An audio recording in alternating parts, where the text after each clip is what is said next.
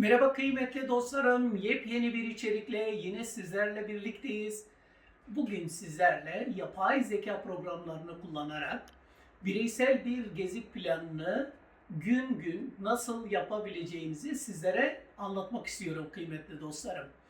Ancak eğer kanalımıza hala abone değilseniz lütfen kanalımıza abone olmayı, beğenmeyi, bildirim zillerinizi açmayı, fikirlerinizi yorum kısmında paylaşmayı ve hype'lamayı unutmayın.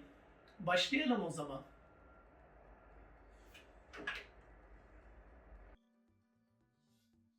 Örnek bir gezi planlamasını 3 farklı yapay zeka uygulaması üzerinde yapalım. Aynı promptu vereceğiz kıymetli dostlarım. Vakitten kazanmak için şu şekilde bir prompt yazdım. Merhaba, Çekya'nın başkenti Praga 2 günlük bir gezi yapmak istiyorum. Tarihi yapı ve meydanlar ile yöresel yiyecek ve içecekleri çok seviyorum. Bana 2 günlük bir gezi programı yapmanı istiyorum. Ancak bu programı yaparken şu talimatları dikkate al demişim. Ve talimatları şu şekilde sıraladım kıymetli dostlarım. Mutlaka görülmesi gereken tarihi ve turistik yerler olsun. Bu tarihi ve turistik yerlerle ilgili kısa bir tarihi bilgi olsun. Varsa bunlarla ilgili mitolojik veya efsanevi hikayeler de kısaca olsun. Görülmesi gereken bu yerlere ait açılış ve kapanış saati, ücret bilgisi, indirimler ve benzeri bilgiler olsun. Varsa ücretsiz ziyaret günleri ve bilgisi olsun. Mutlaka denenmesi gereken yöresel yiyecek ve içecekler olsun. Bunların içeriği ile ilgili de kısa bilgi olsun. Ayrıca varsa tahmini fiyat aralıklarını da göster. Görülmesi gereken yerler ile yiyecek ve içeceklere ait fotoğraflar da ekle. Bu programı gün gün hazırla şeklinde bir prompt yazdım kıymetli dostlarım. Şimdi bunu kopyalıyorum. Aynı promptu kullanacağımız için tüm yapay zeka programlarında öncelikle ChatGPT'yi deneyelim. Şuraya yapıştırıyorum. Ve sonucu bekleyelim bakalım. Nasıl bir sonuç çıkacak?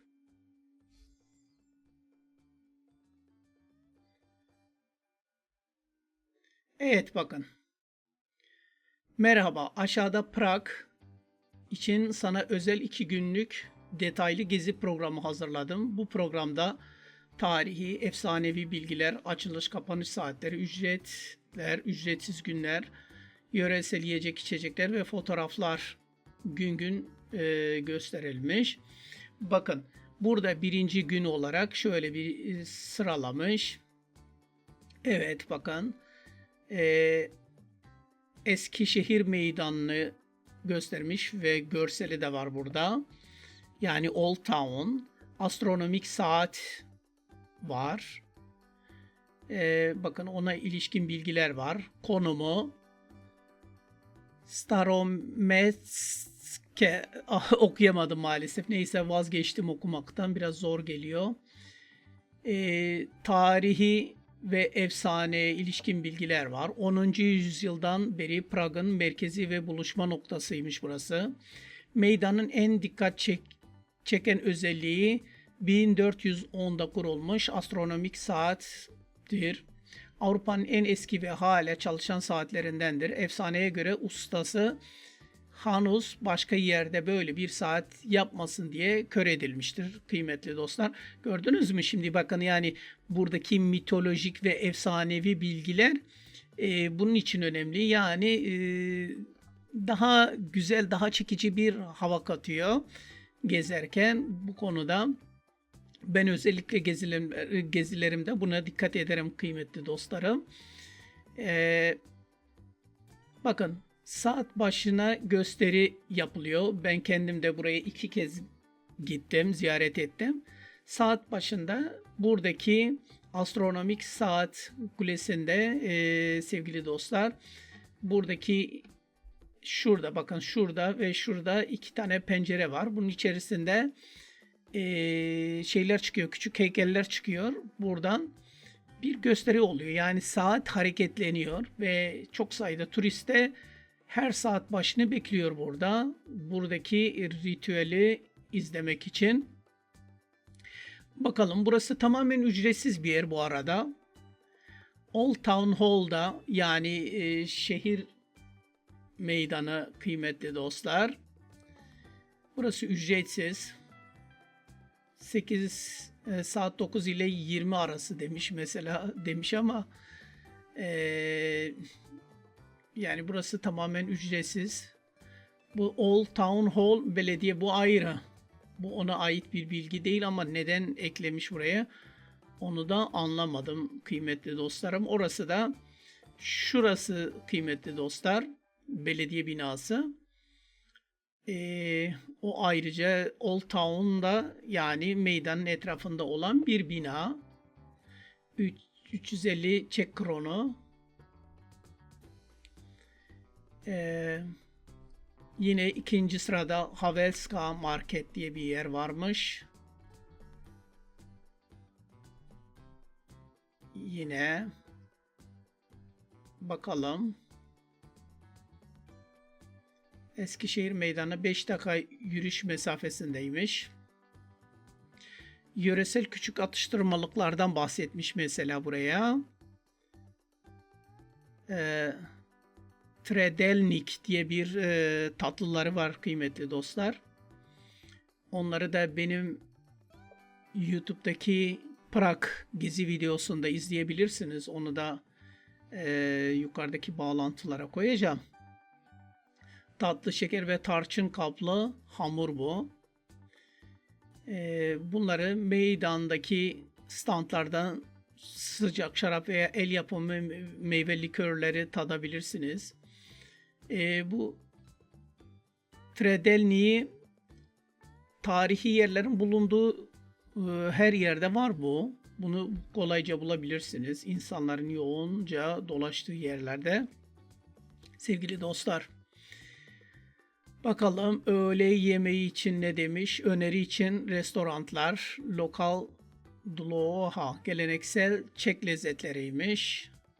Ukroka, knedlik, ekmek hamuru, gulaş, et yemeği gibi çeşitli yemekler önermiş. Ortalama fiyatı da 300 ile 450 Çek koronası. Korona mı? Kron mu? Bakalım, hemen şuraya yazalım. Çekya para birimi. Unuttum sevgili dostlar.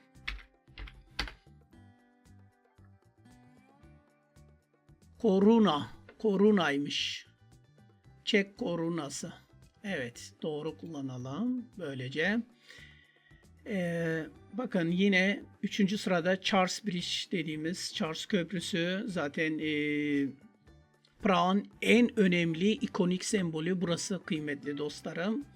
Bakın burada da fotoğraflar var. Onun dışında daha fazla fotoğraf var. Bakın şu şekilde de fotoğrafları teker teker bakabilirsiniz. Diğer fotoğrafları da daha büyük boyda. Burayı kapatalım. Ziyaret süresi gün boyunca her zaman açık, ücretsiz zaten burası. Akşam yemeği için de ilk gün için Çek birasını önermiş. Bu da 50-80 Çek korunası. İkinci gün planı ise bakın Prag Kalesi'ni göstermiş. Burası da sabah 6 ile gece 10 arasında açık. Sevgili dostlar, bu tarihi binalar tabii ki binaların kendisi saat sabah 9 ile akşam 5 oluyor kış sezonu. Bu yazın değişiyor, biraz uzayabiliyor. Giriş ücreti de bakın 450 Çek korunası. Ama kalenin bulunduğu saray kısmında Kilisenin bulunduğu yer, kıymetli dostlarım, orası ücretsiz. Ancak içerisine giderseniz, Vitus Katedrali bu. Oraya girerseniz ücret ödemeniz gerekiyor içeriye.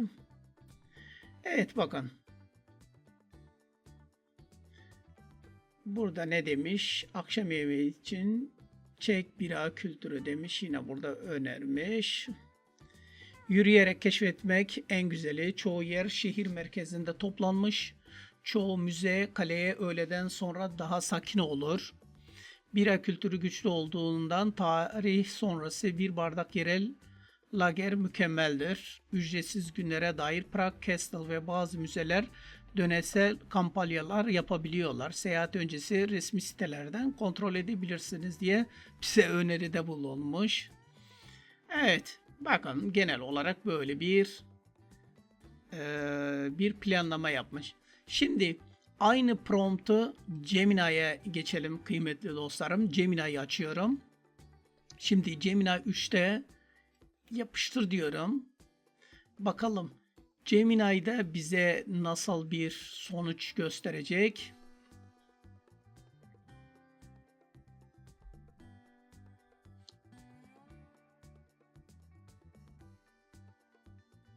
Evet, bakın oluşturdu o da. Prag tarihi yapılar, efsaneler ve lezzet dolu 2 günlük gezi programı demiş. Birinci gün saat 9 ile 13 arası Prag Kalesi demiş. Tarihi bilgi: 9. yüzyıla dayanan kale kompleksi dünyanın en büyük antik kalesi unvanına sahiptir ve 1000 yıldan fazla bir süre Bohemya Krallığı'nın, Kutsal Roma İmparatorlarının ve Çekoslovakya yani Çek Cumhuriyeti başkanlarının evi olmuştur. İçinde Aziz Vitus Katedrali, Eski Kraliyet Sarayı, Aziz George Bazilikası ve Altın Yol gibi önemli yapılar bulunur. Evet, son derece güzel. Bu kısa tarihi bilgiyi kıymetli dostlarım ChatGPT bize vermemişti, sunmamıştı. Belki ücretli sürümünde vardır, onu bilemiyorum. Şu anda benim kullandığım bu yapay zekaların ücretsiz sürümünü kullanıyorum. Onu ifade edeyim. Ziyaret saatleri de bakın 9 ile 5 arası aynı kış mevsiminde. Bu yaz mevsimi için geçerli. Kış saatinde ise 9 ile 16 arası yani 4 arası. Giriş ücreti 450 Çek korunası. Kıymetli dostlarım. Öğrenci ve indirimli biletlerde 350 koruna. Önemli yapılar, bakın Aziz Vitus Katedrali, gotik mimarisinin başyapıtı Altın Yol, bir zamanlar simyacıların ve kuyumcuların yaşadığı rengarenk minik evlerin bulunduğu sokak burası. Orası da yine kalenin olduğu yerde. Öğleden sonra için ise yöresel lezzetler için bir zaman ayırmış. Saat 13 ile 14.30 arası Sviçkova'yı önermiş. Marine edilmiş dana eti, kremsi bir sebze sosuyla havuç, kereviz ve benzeri krema ve kızılcık jölesiyle servis edilir. Yanında knedliki ekmek köftesi, dumpling bulunur. Bakın tam da istediğim gibi bilgiler yer almış burada. Google Gemini kıymetli dostlarım. Fiyat olarak da bakın. Orta sınıf bir restoranda 250 ile 450 koruna arası bu fiyat değişiyor bakın. Saatini de göstermiş. Nerede yenilebileceğini, içerisinde ne olduğunu yani muhteviyatı hakkında bilgi vermiş ve fiyatları hakkında da bilgi sunmuş kıymetli dostlarım. Saat yine 14.30 ile 5 arasında Malastrana küçük mahalle ve John Lennon duvarı yine geziye devam etmiş. Burada bilgiler yer almış. Çar Köprüsü, burada Karl Köprüsü diye de geçiyor. Bu aslında Charles Bridge diye geçiyor halk arasında ama Karl Köprüsü olarak da biliniyor burası yine aynı zamanda. Ücretsiz burası da. Yine bakın burada da bir efsanevi bir bilgi var.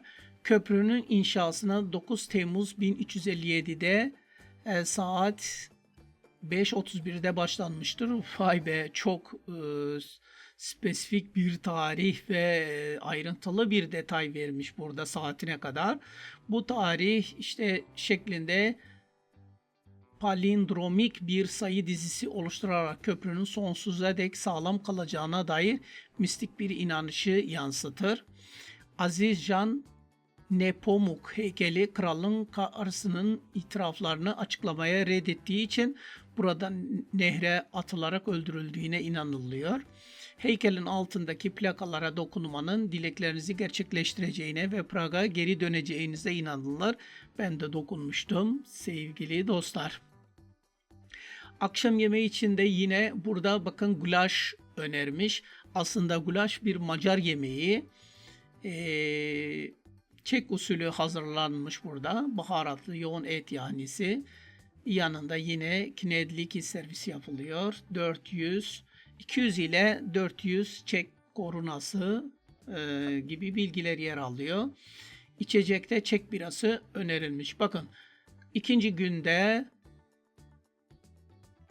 meydanın kalbinde zamansızlığa diye bakın tema da eklemiş, yani ilginç, yani her bir günü de isimlendirmiş.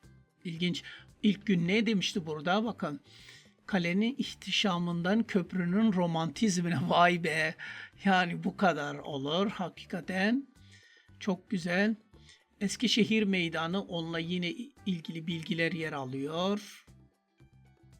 Prag Astronomik Saat Kulesi yer alıyor.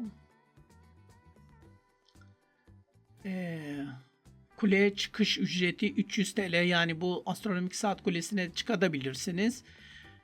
300 Çek koronası ödemeniz gerekiyor bilet ücreti olarak. Ancak gerek yok kıymetli dostlarım. Dışarıdayız. Zaten olup biten dışarıda.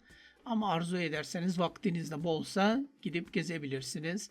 Yine bununla ilgili de az önce de söylediğimiz gibi efsane burada da yer almış. Yine Venceslas Meydanı'ndan bahsetmiş. İlgili bilgiler, Kafka Müzesi var, akşam yemeği ve yöresel içecekler yer almış gibi. Görülmesi gereken yerler ve lezzetler, görsel temsil, Prag Kalesi ve Aziz Vitus Katedrali şehrin silüetine hakim gotik mimarisinin en güzel örneklerinden. Charles Köprüsü barok heykellerle süslü nehir manzarasının tadını çıkarabileceğiniz tarihi köprü. Eskişehir Meydanı ve Saat Kulesi, Astronomik Saat Kulesi şehrin kalbi, mimari şölen ve saat başı gösterisi gibi bu şekilde bilgiler yer alıyor. Önemli notlar vermiş bakın. Çek koronasını vermiş. Yukarıdaki fiyatlar bilgilendirme amaçlıdır ve yaklaşık değerleridir. Bir Çek koronası 0,04 Euro'ya eşitmiş gibi bilgiler yer almış. Çoğu tarihi yapı ve müzede ücretsiz ziyaret günü nadiren olur ve yerel halk okul gruplarına özel olabiliyormuş bunlar. Genellikle büyük turistik yerler için tam ücret ödenmektedir. Ancak binaların dış kısımları, meydanlar, köprüler ve John Lennon duvarı gibi yerler her zaman ücretsizdir kıymetli dostlarım. Evet, bakın bu şekilde bir program oluşturmuş. Bunun bilgileri çok güzel kıymetli dostlarım. Ancak bunda da şey yok. Görsel eklememiş. Şimdi bir ek prompt yazalım bakalım ekleyebilecek mi?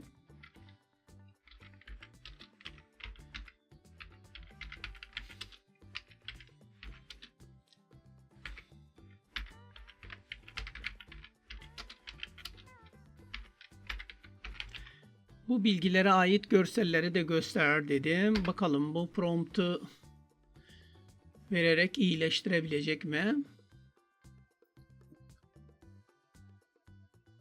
Evet. Maalesef kıymetli dostlarım bunu görselleri ekleyemiyor. Görsel ekleyemiyor. Gemini burada görsel ekleyemiyor. Ancak mobil sürümünde görsel ekleyebiliyordu kıymetli dostlarım. Bunu denemiştim daha önceki bir önceki içerikte göstermiştim bunu size. Şimdi bir de Çinlilerin ürettiği DeepSeek yapay zeka programına gelelim. Buraya da aynı promptu yapıştıralım. Bakalım DeepSeek nasıl bir sonuç gösterecek bize. Evet. Bu da yine Gemini gibi çok hızlı başladı.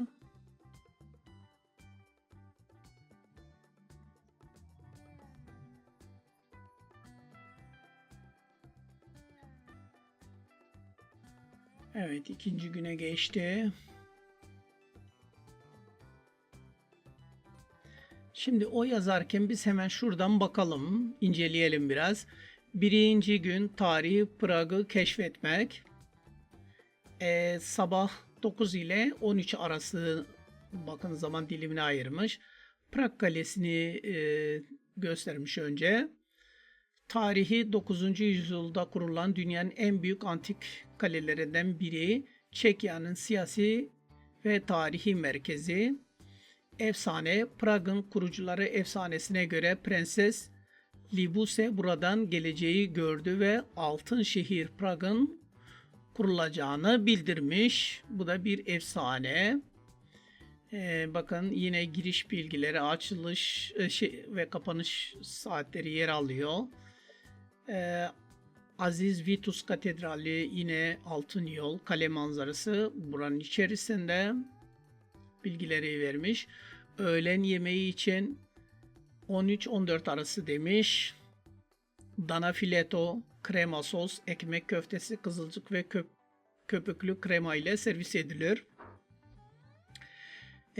Öğleden sonra bakın fiyat da burada 180 ile 280 koruna arasıymış. Öğleden sonra ise Charles Köprüsü'nü göstermiş. Bakın yine buradaki bilgiler yer alıyor. Şu şekilde. Yani evet, önemli notları burada da ekstra önemli notlar vermiş. Çoğu müze pazartesi kapalıymış. Bakın bu önemli bir detay. Restoranlarda %10 bahşiş bırakma geleneği var.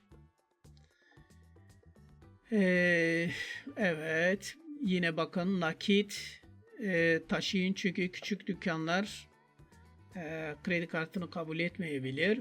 Bakın bu da görselleri eklemedi kıymetli dostlarım. DeepSeek de eklemedi. Biraz bu da yüzeysel geçti. Çok genel geçti. Yani bakın tekrar gösteriyorum size. Bakın burada ChatGPT'nin fotoğrafları eklemesi güzel. Bir artısı bu. Biraz derli toplu ve görsel şekilde güzel sunmuş. Ancak tabii ki bilgileri biraz yetersiz. Bence daha detaylandırabilirsiniz belki sizler. Açık ara en çok Gemini hoşuma gitti. Bakın Gemini'nin bilgileri daha iyi olduğunu düşünüyorum. Ancak bunun eksiği de dediğim gibi görsellerin bulunmaması kıymetli dostlarım. Görselleri de sizler kendiniz internetten görselleri arayaraktan Google görseller veya Yandex görsellerden faydalanarak kendiniz bilgi alabilirsiniz ve ekleyebilirsiniz. Daha detaylı bilgiler isteyebilirsiniz. Yani daha kapsamlı bilgiler. Sizin istekleriniz neyse ona göre uygun bir prompt yazabilirsiniz. Ben şimdi örnek olsun diye size böyle kısaca bir prompt yazdım. Dediğim gibi siz neyi istiyorsanız, neyi çok seviyorsanız, neyi görmek istiyorsanız o bilgileri girerekten promptunuzu oluşturuyorsunuz ve promptu dediğim gibi kıymetli dostlarım bunlara yapıştırın, bu yapay zekalara istediğiniz bilgileri alın. Ben hatta şunu yapıyorum.